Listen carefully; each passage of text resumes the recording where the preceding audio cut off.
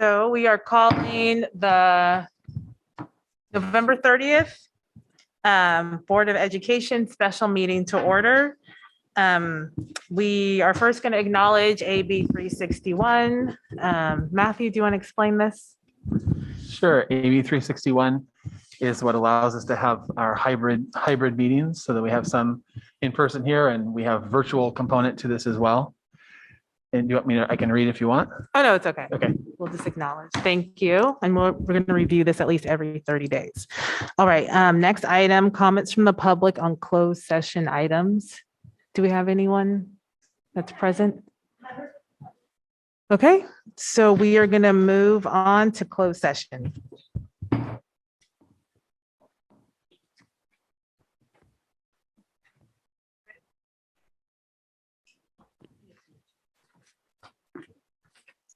Do we have copies of the agenda? Oh, here. Well, I need it for Ellen. Yeah.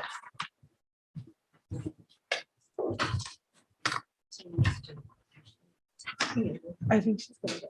She's gonna go. We are reconvening at 6:06. And next up, we're going to open up the public hearing. Do we have Brandon on? Yes, I'm here.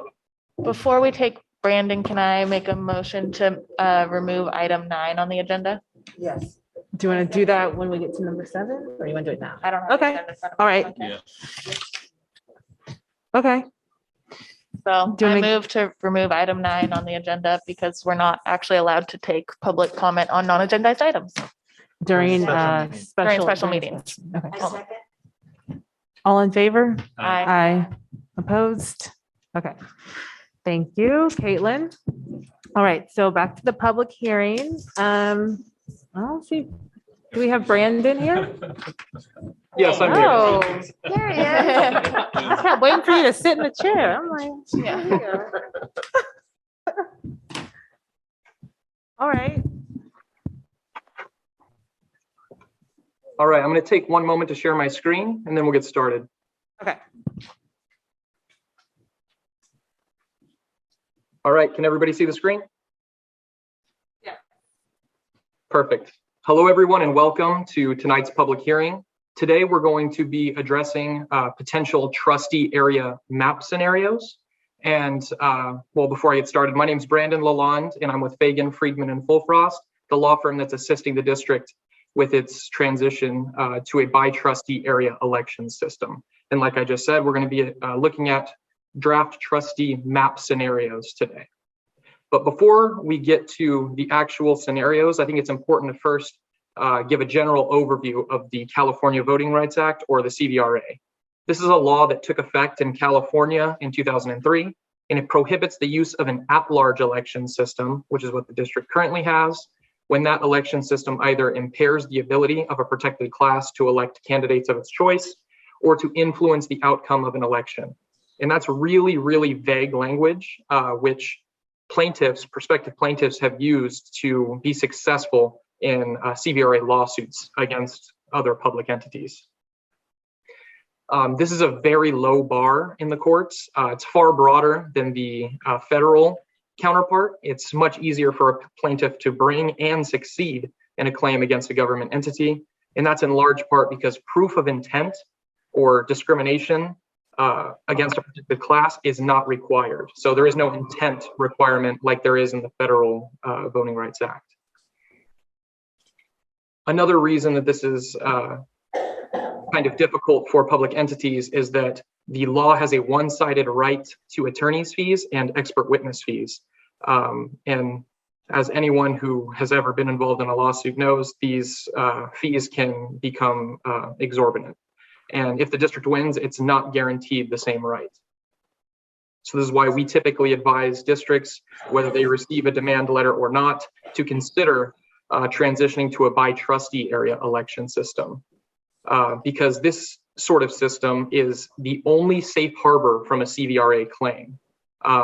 Explaining the difference between a by-trustee area election system and an at-large election system is In the district's current at-large system, all board members are elected at large from the district, meaning that every member of the, every voter in the district votes for every one of the board members. However, in a by-trustee area election system, the school district is divided into specific trustee areas, and a governing board member is elected for each of those particular areas only by the registered voters in those particular areas.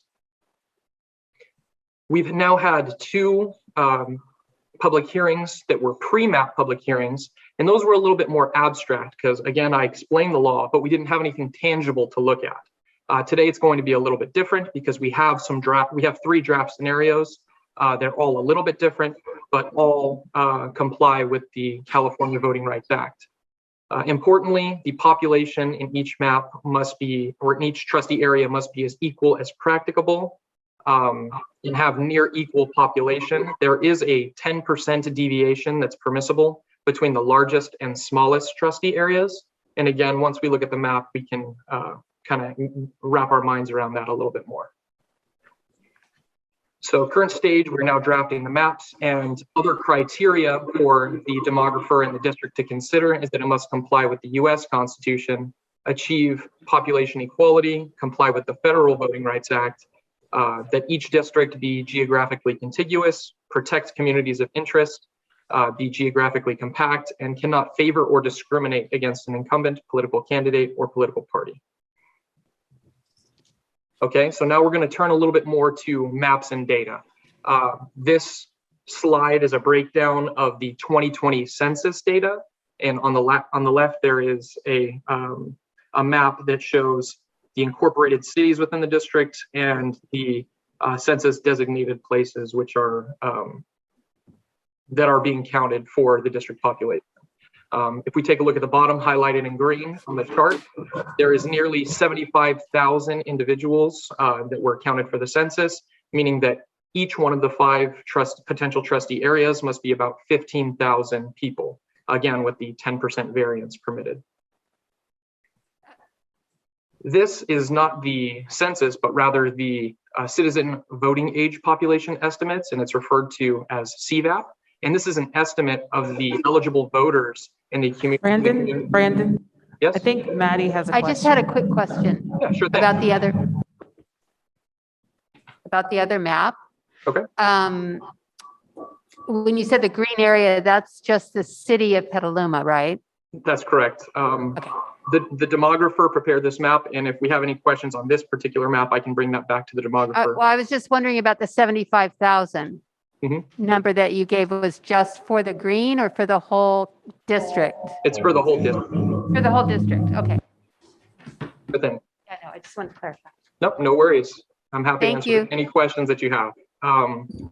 So now we're looking at the CVAP numbers. And again, this is citizen voting age population estimates. And looking at this map on the left, this shows it's a heat map that shows density by the Hispanic population, which is the largest protected racial protected class in the district.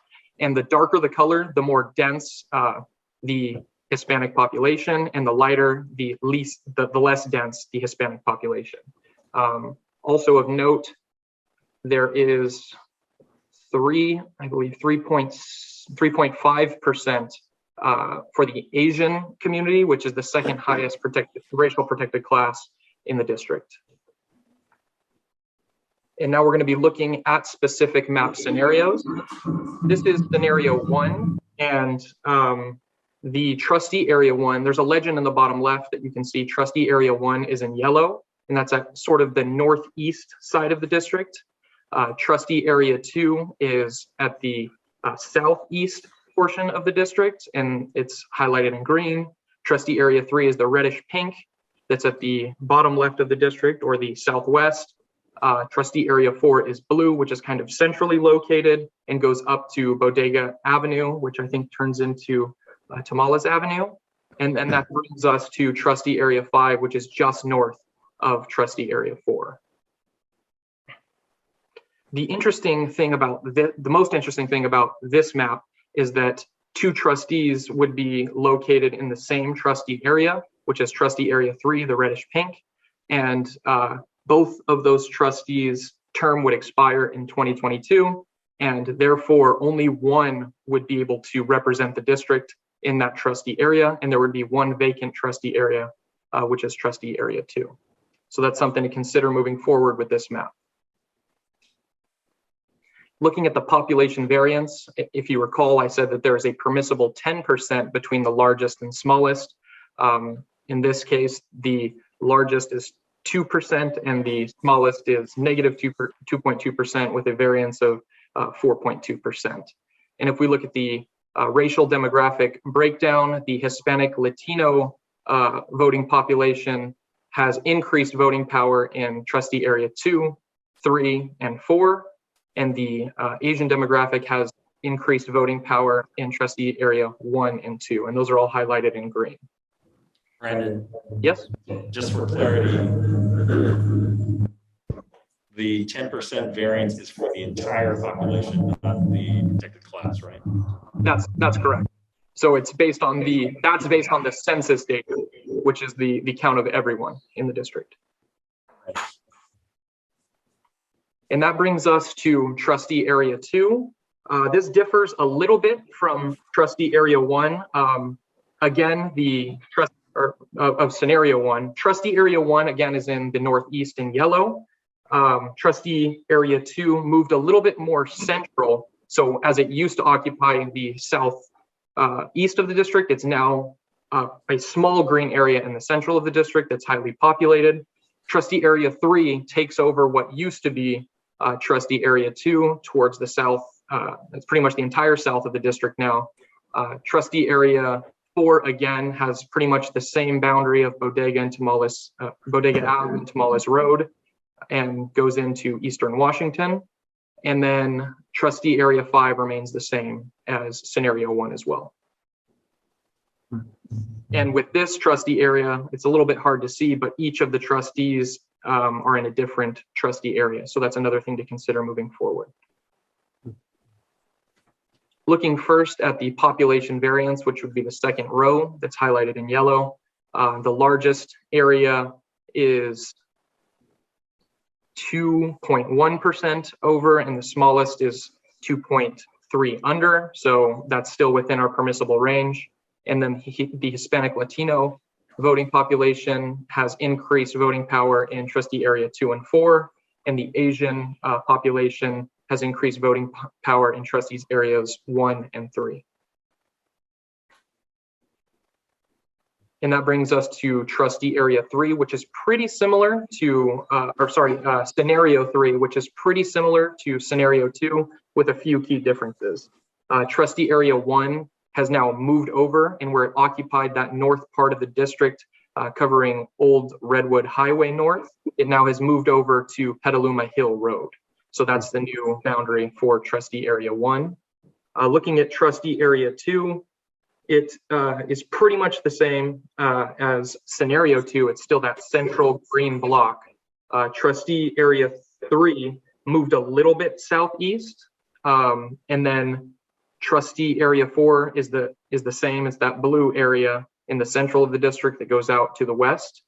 And trustee area 5 now took over that part of trustee area 1 in between Old Redwood Highway and Petaluma Hill Road. So those are the key differences. And again, in this scenario, each trustee has their own trustee area. Looking now at population variance, the second column, the largest is 3.9%, the smallest is minus 1.8%, so we're still within the 10% variance. The Hispanic population has increased voting power in trustees areas 2 and 4, and the Asian population has quite a lot of voting power increase from 3.5 to 4.8 in trustee area 1. And now that takes us to discussion ideas. What maps do you like best? What are the elements that you either like or dislike about each map? This is for trustees as well as members of the public to offer their opinion, and we can take those back to the demographer and either create a new map if that's what the board desires, or make adjustments to the existing maps. That takes us to our schedule, and I believe our last slide.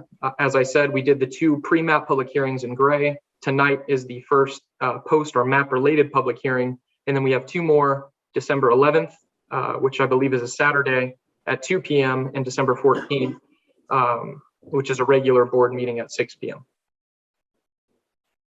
Final thoughts. This does not change overall district boundaries. This process does not change school attendance boundaries. Members of the public sometimes get a little bit confused and up in arms about this process when they think that it has to do with attendance boundaries. That's not changing here. It's just where you live and how you vote for trustee board members. And importantly, does not change how the district is governed. Each board member still represents and owes a duty to the entire district, and it's still one district with common goals and challenges. And I think with that, we'll open it up for any public comments.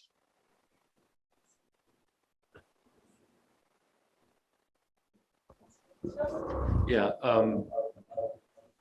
What was my question? Oh, yeah. Brandon, could you talk about what guided the demographers' development of these options originally? Sure. I wouldn't have guessed that the highway would not be a boundary, and trustee area 4 it just struck me as just odd, just in terms of how it reaches across the freeway in a little sliver. Can you just talk about how the demographer came about these options? Sure thing. And that's something that we discussed before this meeting. I can go back and specifically ask why the highway wasn't a boundary, but I'm assuming that it has to do a little bit with how the census blocks are arranged. We can't split particular census blocks. And it also has to do with where the actual population in the district resides. As you can see in trustee area 3 and 2 of the map scenarios, 2 and 3, it's a really small trustee area, but there's a dense population. And I think that's one of the things that the demographer was trying to work through with these map scenarios. And looking at, I think it's trustee area 4, and each one of the maps is pretty similar. It kind of takes the central of the district and then reaches a little bit in to grab some population. And the purpose of that goes back to the variance, the 10% permissible variance. If that particular trustee area did not go in to grab population, it would be substantially underpopulated. And that's why the demographer chose to do it that way. If the board has any thoughts about how they would like to see any of the trustee areas be adjusted, or if you would like to maybe take a look at the highway being a boundary, the demographer is likely able to take that feedback to create either a new map scenario or make adjustments. I hope that answers your question.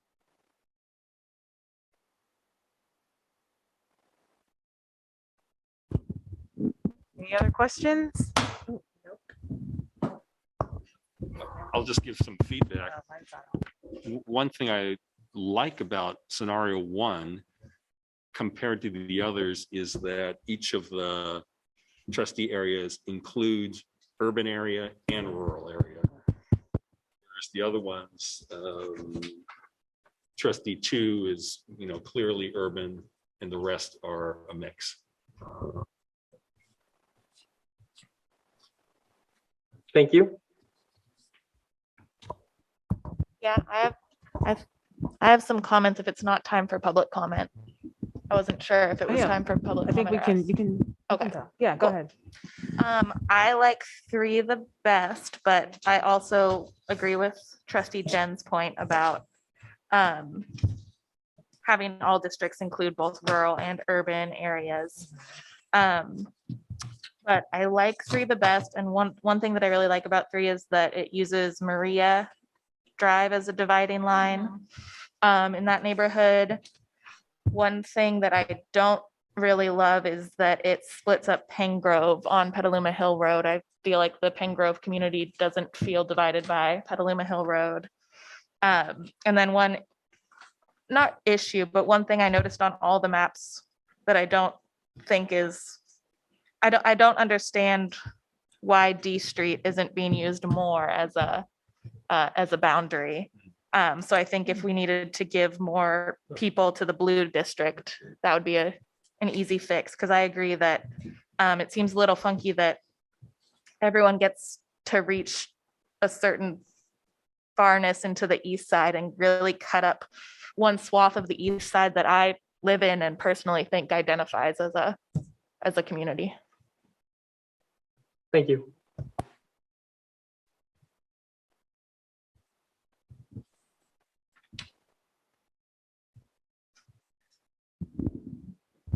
Any other?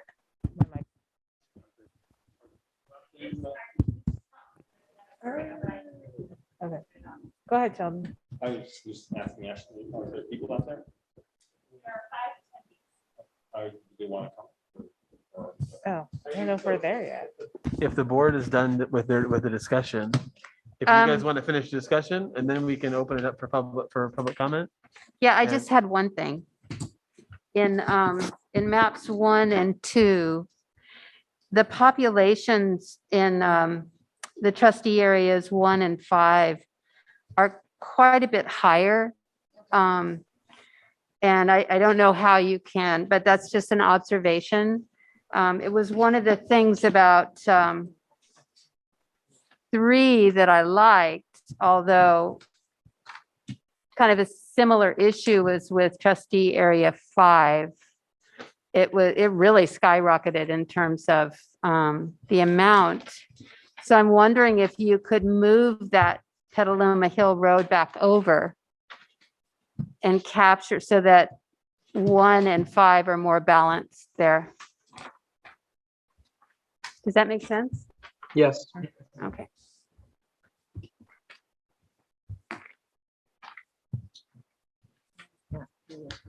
Yeah, I like map 3 too. Except for that. I don't like that piece. But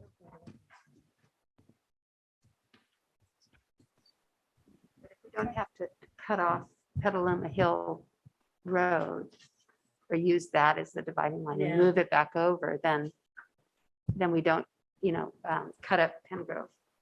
How far into Pengrove does do our boundaries go? Basically All into of Pengrove. Katati Yeah. is where it ends, yeah. It's hard to tell. 'Cause See we have all the here, streets. Because Pengrove is Petaluma part Hill of our Road. district.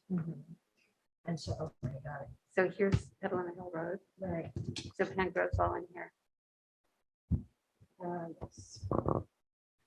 So Brandon, if you- I got another question about transition, scenarios 2 and 3. Coincidentally, the current trustees are all in different district areas. Yes. And so the transition would be seamless, I would imagine, because we're already distributed that way. If a scenario like 1 occurs where there is currently multiple trustees in one area and another area with nobody, how does that get phased in?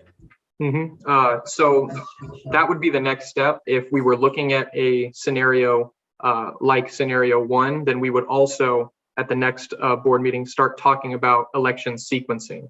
And in that particular scenario, we would look first at the 2024s and who is still going to be an incumbent at that point, and then whichever scenarios are going to be open in 2022, which would be, I think, the open trustee area 2 and the trustee area 3, where the 2 incumbents would essentially have to run against one another unless one of the incumbents moved into the open area, which I don't think is very I practical. just bought a house. I can't move again.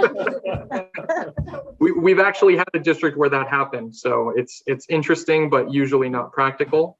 And then that's kind of how we look at it on the legal side.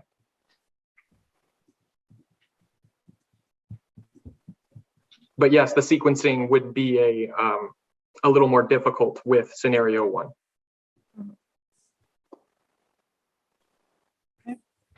Anyone else? Questions, comments? I know that we have a comment from the public. We should probably, why don't we open, we can open the Mhm. chat. We can take those while we read this one, and then by that we can close the chat. I'll read Sorry, go ahead. Sorry, I cut you off, Matthew. I'm done. Okay, sorry. So we are going to open up the chat. If you want to comment on this, please put your first and last name in the chat. And I will read our policy. Under Government Code Section 54954.3A, members of the public have the right to address the governing board on any items of interest, providing it relate to the subject matter jurisdiction of the school district. While Government Code allows speakers to criticize the district's policies, procedures, program services, and/or employees, the district does have a policy specific to complaints against employees. Should comments from the public pertain to a specific district employee, the board requests that the complaint first be submitted in writing to the employee's immediate supervisor for investigation. If the comment is about something that is not on the agenda, it will be heard only during the public comment on non-agendized items, period. Once that part of the meeting is over, comments will only be taken on agenda items during the discussion of those items. The board values public comments, and although we cannot take action or discuss items not on the agenda, we listen carefully and appreciate input from the public. Public comments are subject to a 4-minute per person limit or a 20-minute limit per subject matter. Okay, do we have anyone in the audience that would, I'm sorry? Okay, so I can just read the comment since you're, okay. Let's see if I can find it.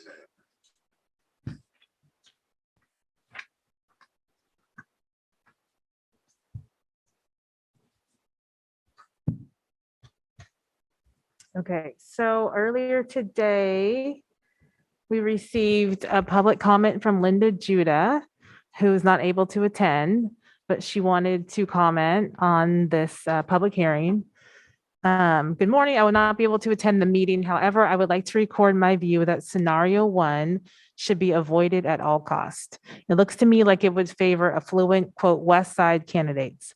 Both scenario 2 and 3 give more voice to the folks living in central Petaluma, and that is a good thing. I would also like to strongly encourage the district to consider providing campaign support money to lower the barrier for low-income community members to run for a seat. Thank you. And it looks like those are all the public comments that we have. So unless we have anything else, we will close the public hearing. Yeah, all right. Thank you, Brandon. Oh.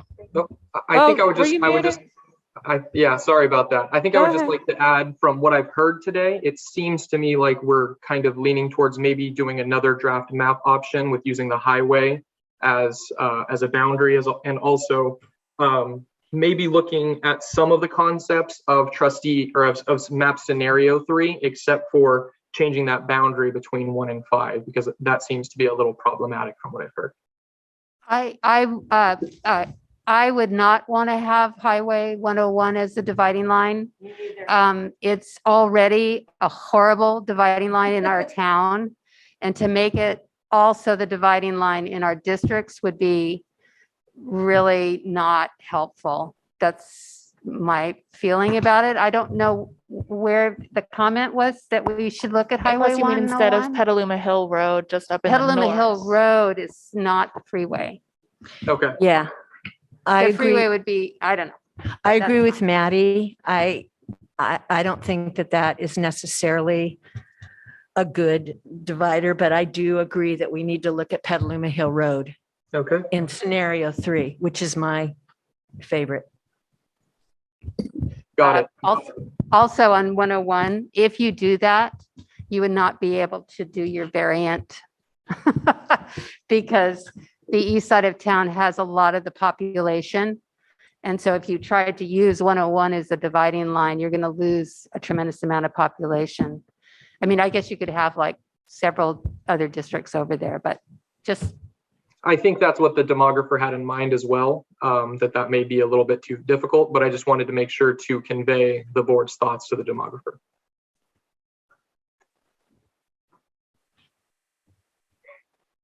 All right, well then that's it for me. Okay. Thank you, Brandon. All right. Thank you, Brandon. Thank you. Yes, thank you all. And See you I'll be back in 2 weeks or so. Yep, Yep. we'll see Great. you then. Thank you. Thank you. All right, so moving on, adoption and approval of the agenda minus item 9, yeah, as amended.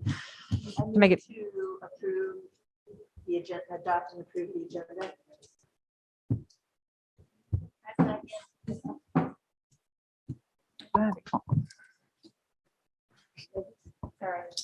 we're trying trying to to conduct a approve meeting the here. agenda. All in favor? Aye. Aye. All right, comments? Oh, no. Special recognitions, reports, and presentations. Educator effectiveness funding plan. Is this Tony? Mhm. All right.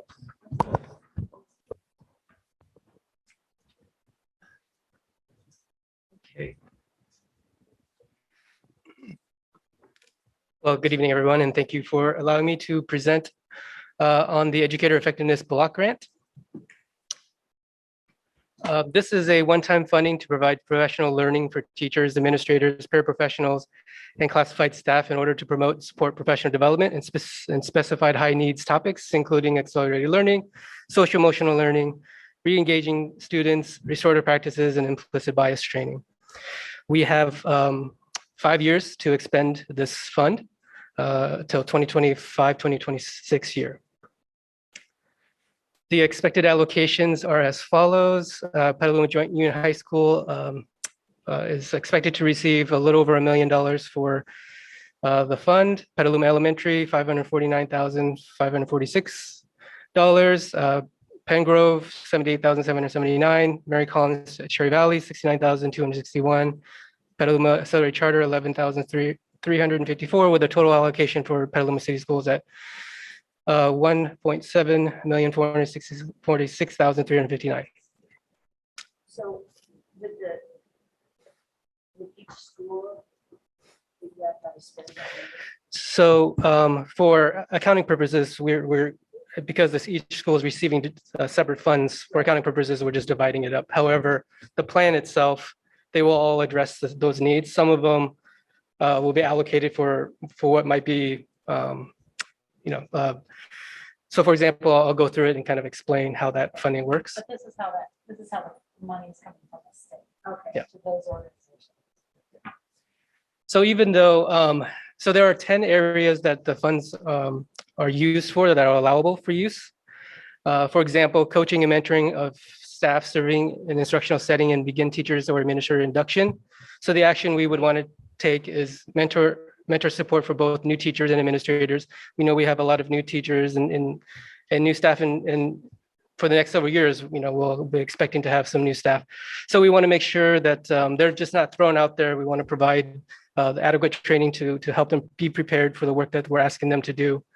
And even though the funds for this action is heavily allocated at the Petaluma Joint Union High School, we'll ensure that every school receives, the adequate funding to support new teachers at their school sites. Another area of allowable use of funds is programs that lead to effective standards aligned instruction, which is basically literacy across all subject areas. So we want to provide professional development to improve instruction and literacy across all areas. Things like thinking maps, writing from the beginning, and any other various literacy subject guides that can help with that particular training. Another allowable use is practices and strategies that re-engage pupils and lead to accelerated learning. So professional development for tutoring and mentoring programs, supporting and re-engaging students for such things as multi-tier systems of support and PBIS are some things that we want to use the funds for to support those trainings. Strategies to implement social emotional learning, trauma-informed practices, suicide prevention, access to mental health services, and other approaches that improve pupil well-being.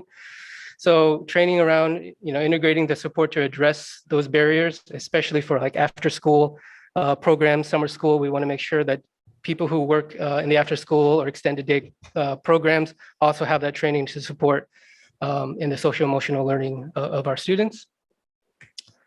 Practices to create positive school climate, such things like training around restorative justices, implicit bias, multi-tier systems of support, bullying, intimidation, harassment, and discrimination.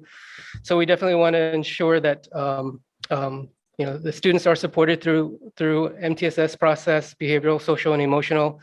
And so we want to expand the professional development for teachers and administrators, paraprofessionals, and classified staff with strategies to address bullying, intimidation, discrimination, harassment, et cetera. Another allowable use of funds is strategies to improve inclusive practices, including best practices for identification, development of IEPs for individuals with exceptional needs.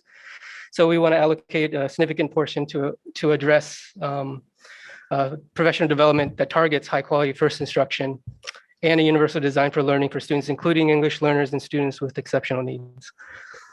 We know that we have an identified population of students with special needs, 15.7%. So this is an area that we really want to focus on as well. Instruction and education to support implementing effective language acquisition program for English learners.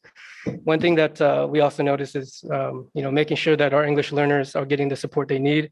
So really focus training to support district-wide implementation of our integrated and designated ELD programs. Professional learning networks for educators.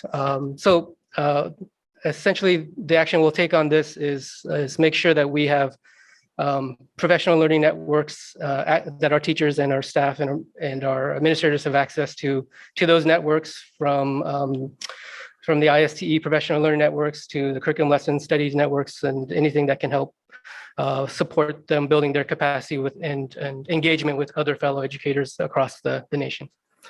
Instruction, education, and strategies to incorporate ethnic studies. This one is particular for ethnic studies, so we will ensure that we provide some allocation for that continuous professional development to make sure that our ethnic studies, when we do implement it, is of quality and meets the requirements. And lastly, the instruction, education, and strategies for certificated and classified educators in early childhood education or childhood development.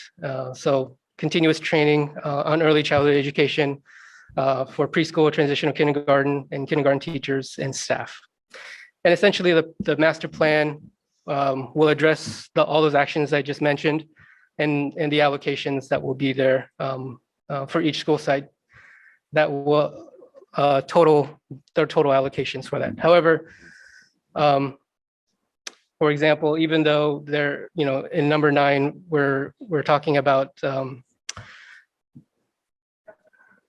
continuous professional development on social studies curriculum, ethnic studies, PACS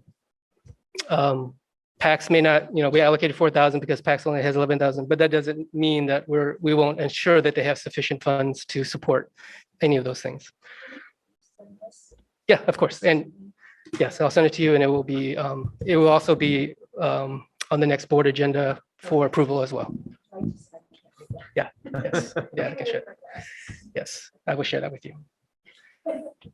So next steps is the board approval for this plan at the next board meeting, and working with our community partnerships to help develop a strategic approach, determine measurable outcomes, provide professional development, find professional development providers for those areas, and then work on a timeline for this year, and then reflect, review, and revise for the subsequent years that we'll be implementing the fund. So when would we get it if approved? I'm not sure. I think it's Well, the money will come pretty quickly. Okay. Yeah. But I don't know if we're gonna get it 20% chance or. so a couple. We have to approve the plan before we spend it. Yes. Okay. Yeah. Very good. So, how would you say? So Board President Pon, you asked me a couple board meetings ago about, I shared with the board about some data around CTE and some of the challenges we had, the gaps that we were seeing, and you asked me about, what are the solutions to those challenges that we were facing. And I think I gave a half gibberish response, but I did not, but I kept thinking about that question ever since. And really, I don't think we're short on solutions. there's a lot of, myriad of research-based interventions that can help address all of our challenges that we face. But I really think it comes down to really, do we have the capacity? And I think this fund that we're receiving allows us to help build the capacity, because any implementation that we need to do needs people to implement them. Any program or systems we put in place are only as good as the people who are implementing it. And so building the capacity with our staff will greatly help us accelerate whatever solutions we decide to implement by building the capacity and making sure that it can be effective. But professional development in itself isn't necessarily effective, because we don't want to just throw darts at a board and hope that one of the darts will hit. We have to be strategic about what we decide to do. So it's really looking at what makes the most sense, what are our needs this year, how do we strategically map it out so that we are focused on the trainings that we provide, and ensure that we can, address the current needs and plan for and anticipate what the additional needs will be and make sure that we have the training to address them. We can do anything. We just can't do everything at once. And so that's why we want to make sure we have strategies, a focused lens, strategic patience, timed aggression to make sure that we can be effective when we implement any of those solutions. And also that requires us to make sure that we're strategic in how we build the capacity with our staff for the outer years. And I wanted to share this quote. I'll read it because it looks kind of small here. So in December of 1862, Abraham Lincoln addressed Congress a month before the Emancipation Proclamation, signing of it. And he said, "The dogmas of the quiet past are inadequate to the stormy present. The occasion is piled high with difficulty, and we must rise with the occasion. As our case is new, so we must think anew and act anew. We must disenthrall ourselves, and then we shall save our country." So we,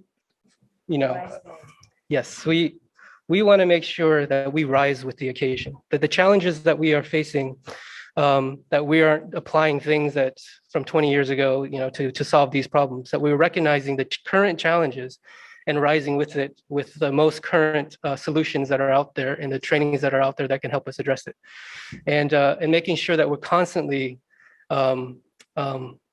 thinking about what kind of professional development we need to address the current challenges that we're facing. Even myself and I know the rest of the cabinet always seeking ways we can improve and learn and grow, because contrary to what I tell people, I don't know everything. So yeah. So with that, I thank you for the opportunity to present and open up to any questions that you might have. So just before we get to the question and answer, I just want to add to, as you saw in the allowable uses, very broad uses, and Tony was very strategic when we talked through the presentation. Very strategic in it's broad, very broad, right? We could fit a lot of things in there, and if you look at the educator effectiveness grant, the block grant, it has a lot of our board goals and objectives written all over it. I mean, there's so many things that so it's 5-year plan with this money that we're going to be receiving. Typically wouldn't necessarily present this at a special board meeting, but we do have the next board meeting. We have a deadline when we need to have you approve it before we get the money, before we can spend it. And so we'll be fleshing out a 5-year plan and, trying to be as strategic as we can to meet our goals and objectives and use this money to that effect. So. Yeah.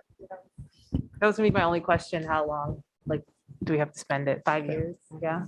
Okay. Awesome. I only wanted to comment that in our office hours, when we go to the various sites, all of these issues that around professional development, but also targeted coaching, just a lot of the things that you brought up that we would be able to accomplish.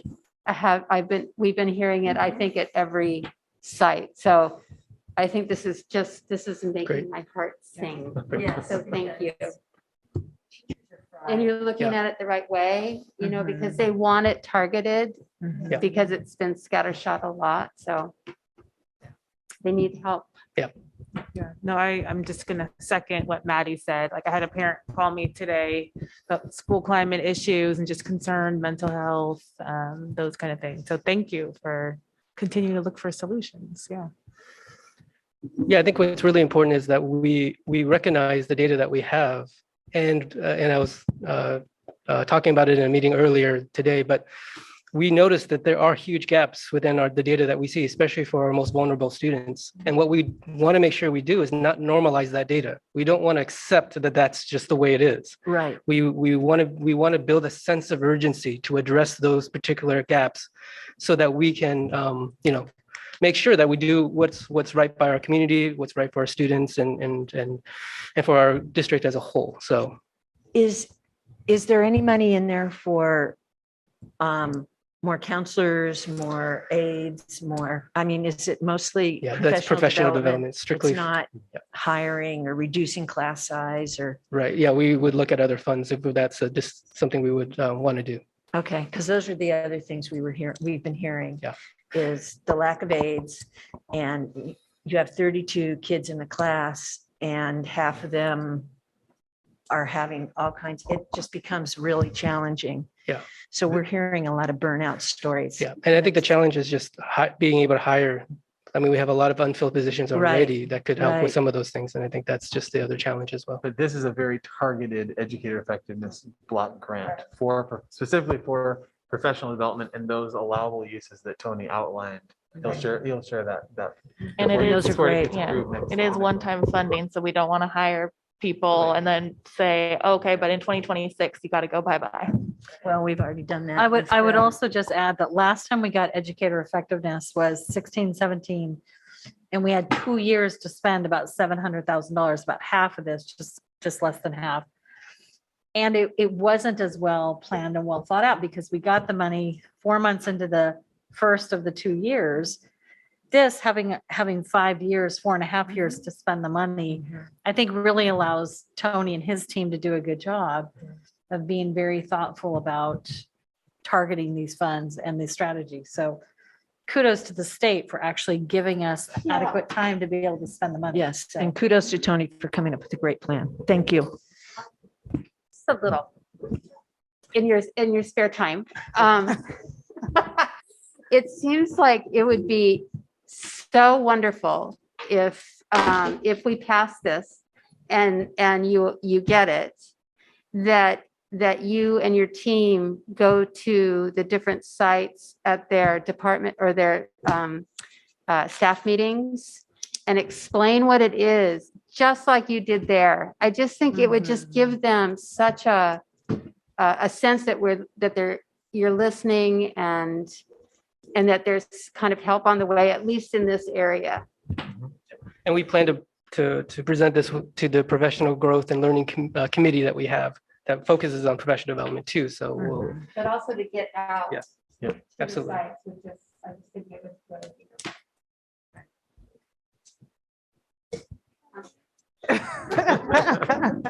That was great, Maddie. Anyone else? Questions, comments? All right, thank you very much, Tony. Yeah. All right. Where we are. Okay. Comments from the public on consent items. So we'll reopen the chat for about a minute. If you have a comment on anything on the consent agenda, sorry, on the remaining consent items, go ahead and put your first and last name in the chat and what you would like to speak about.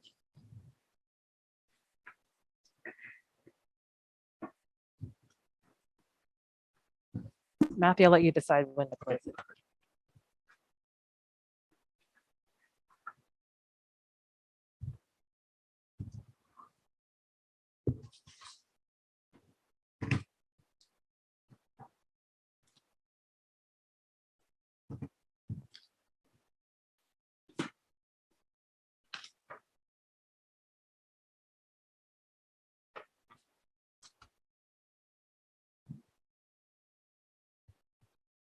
Okay, I'm not seeing any comments in the chat. All right, We go can ahead. safely close it. Okay, thank you. All right, consent items. We just passed this, right? Just by, okay. Can I get a motion? Oh, I'll second. all in favor? Aye. All right, opposed? Okay. Comments from the public on action items. There's only one. Let's leave the chat open for a good 30 seconds this time.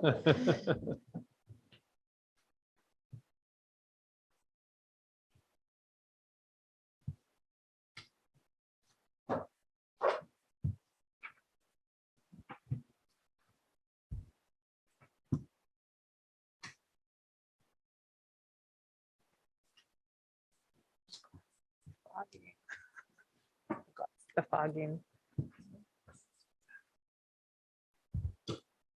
All right, anyone?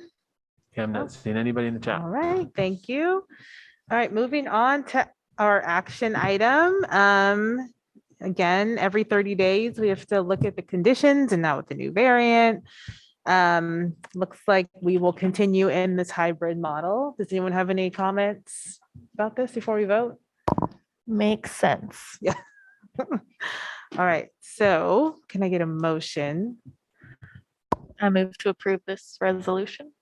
All right, all in favor? Oh, all in favor? Aye. Opposed? All right. All right, so we are going to move on to action on items heard in closed session. We have two that we're going to report out about. Case number 362-225644.1. A case has been presented to the board that the student did commit an expellable act as defined by the California Education Code. The recommended motion is for the board to expel and to suspend the site discipline team's recommendation for expulsion in accordance to board policy and to allow continued enrollment in a district-operated school under mandated conditions. The student's suspended expulsion status will be in effect for the fall and spring semesters of the 2021 to 2022 school year. Did we vote on it now? Okay. Can I get a motion to right? Don't we have, yeah, we have to vote on these, yeah. Okay, I move to approve case number 362, et cetera, to 256644-1. I second. All in favor? Aye. Opposed? Okay. Case number 362-225796. A case has been presented to the board that the student did commit an expellable act as defined by the California Education Code. Prior disciplinary actions have been attempted and were not successful, and or due to the nature of the act, the presence of the pupil causes a continuing danger to the physical safety of the pupil and others. The recommended motion is for the board to support the site discipline team's recommendation for expulsion in accordance to board policy and to facilitate enrollment in a county-operated core and community school. The student's expulsion status will be in effect for the fall and spring semesters of the 2021 to 2022 school year.